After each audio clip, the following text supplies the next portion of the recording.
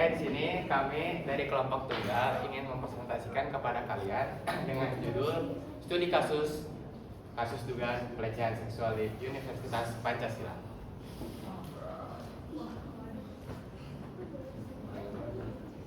Jadi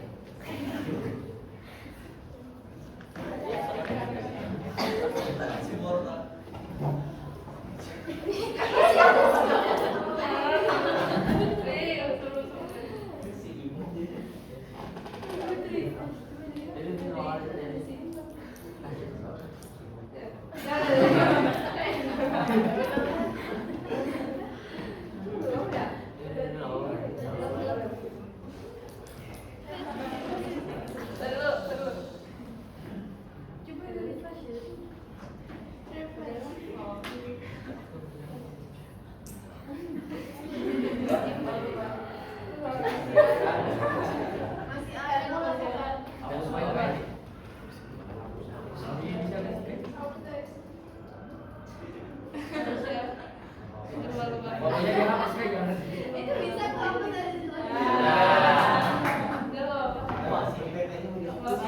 Banget ya.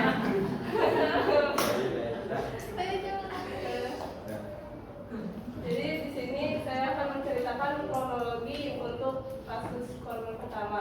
Nah, pelaku ini terduga bernama Edi Hendrato yang merupakan rektor dari kedua korban yang merupakan pegawai honorer dan karyawan. Nah, untuk kasus pertama ini berlangsung pada Januari 2023 yang dimana korban berusia 25 tahun.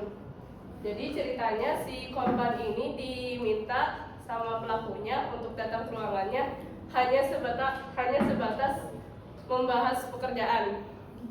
Nah, jadi pada saat di ruangan tersebut terjadi hal yang tidak terduga yang mana diketahui korban tersebut shock berat karena mendapati tubuhnya yang digerayangi oleh sang pelaku tanpa persetujuannya.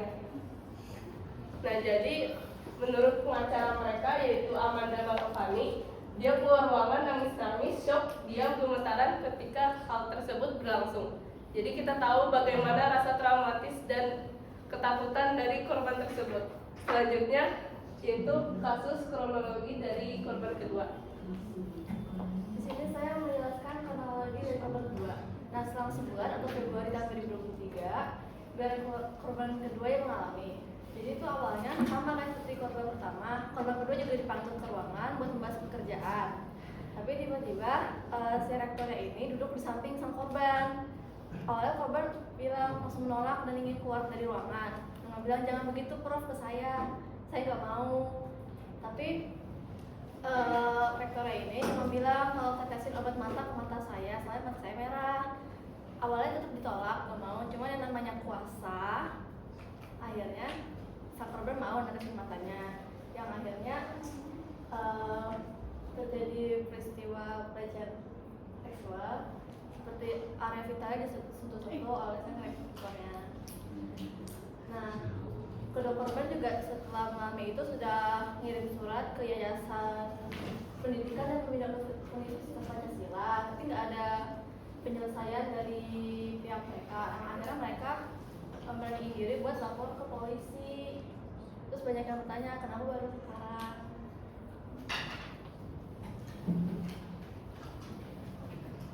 Dampak dari kejadian tersebut membuat para korban mengalami trauma psikis yang sangat berat.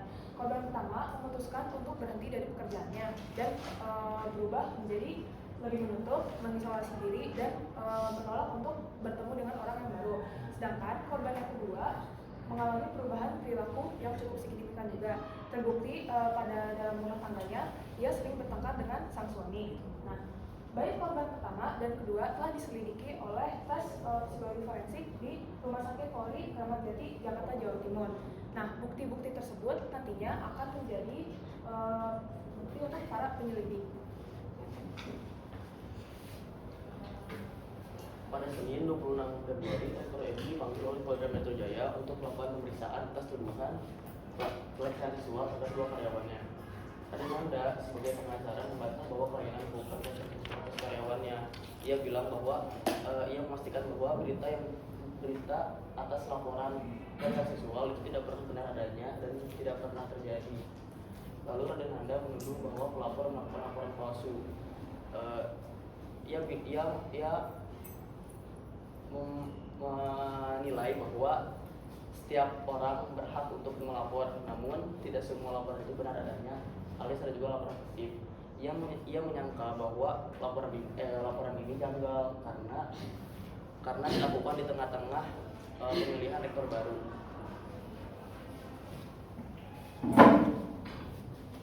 Pada masa sekarang masih banyak tentang kasus-kasus pelecehan seksual. Namun masih terdapat banyak kasus yang terlapor dan maupun itu pun tidak terlapor. Oleh Kementerian Kemendikbudristek per Juli tahun 2023 tercatat kasus untuk sekolah dasar itu 28 kasus yang terlapor, dan untuk sekolah menengah terdapat 22 laporan kasus pelecehan seksual, dan untuk penjenjang lebih tinggi tercatat ada 65 kasus yang terlapor. Dan pada kasus kali ini laporannya itu menurut Adriana tidak terdapat sebuah PPKS, yaitu pencegah penanganan kasus seksual, yang dimana tidak bekerja secara efektif. Itu pun ketika waktunya sudah berlalu, dan untuk korban dia sudah menanggung rasa takut yang lama untuk mencoba melaporkan diri ke polisi maupun PPKS ini sendiri. Dan ironisnya saat ini pun masih belum banyak fasilitas PPKS yang memenuhi seperti ruang lingkup pembicaraan maupun fasilitas-fasilitas lainnya. Oke, di sini kita akan membahas satu korban lainnya, namun bukan korban tentang pelecehan, melainkan kehilangan pekerjaannya. Di sini ada Prof. Marsudi Wahyu Kisworo. Dia diberhentikan oleh Yayasan Pembina UP karena dia melaporkan dua korban tersebut ke ke polisi dan keamanan yang lainnya. Namun hal tersebut kalah karena di sini terjadi kesenjangan budaya di mana antara pihak yang memiliki kekuasaan terhadap pihak yang melindungi si korbannya itu, sehingga si Prof. Marsudi Wahyu Kisworo ini dia kalah oleh pihak yang memiliki kekuasaan, sehingga dia diberhentikan dari jabatannya menjadi rektor UP. Tanggapan Kemendikbudristek. Jenderal Pendidikan dan Teknologi di Kemendikbudristek mengatakan bahwa Kemendikbudristek sudah mengetahui kasus tersebut, dan juga klaimnya kasus tersebut sudah ditangani oleh Inspektorat Jenderal Kemendikbudristek. Ia juga mengatakan bahwa pihaknya akan melakukan investigasi bersama-sama dengan stakeholder atau organisasi terkait. Biasanya organisasinya itu adalah PPKS yang juga penyelenggara lembaga perguruan tingginya.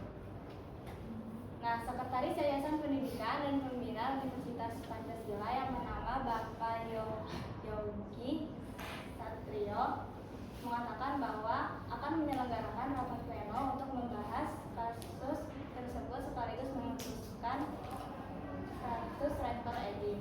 Rapat pleno berlangsung di sela pemilihan rektor juga yang selesai masa baktinya pada 14 Maret 2024.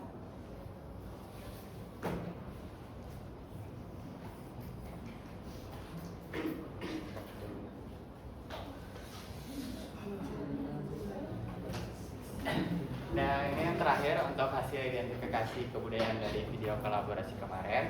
Di sini kami mengidentifikasi untuk lagu-lagu daerah yang dimana terdapat ampar-ampar pisang yang berasal dari Kalimantan Selatan dari kebudayaan suku Banjar. Kemudian ada cublak-cublak suweng yang berasal dari Jawa Tengah dari kebudayaan suku Jawa. Lanjut ada lagu Rasa Sayange yang berasal dari Maluku dari kebudayaan suku Ambon. Ada yang Korambeangko yang berasal dari Papua dari kebudayaan suku Namblong, Gresi dan Kemtuk. Dan ada Bubui Bulan yang berasal dari Jawa Barat dari kebudayaan suku Sunda. Dan terakhir ada Siksik si Batu Manikam yang berasal dari Sumatera Utara, dari kebudayaan suku Batak.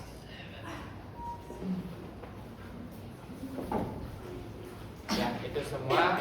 Terima kasih dari kelompok kami. Kurang lebihnya mohon maaf. Assalamualaikum warahmatullahi wabarakatuh.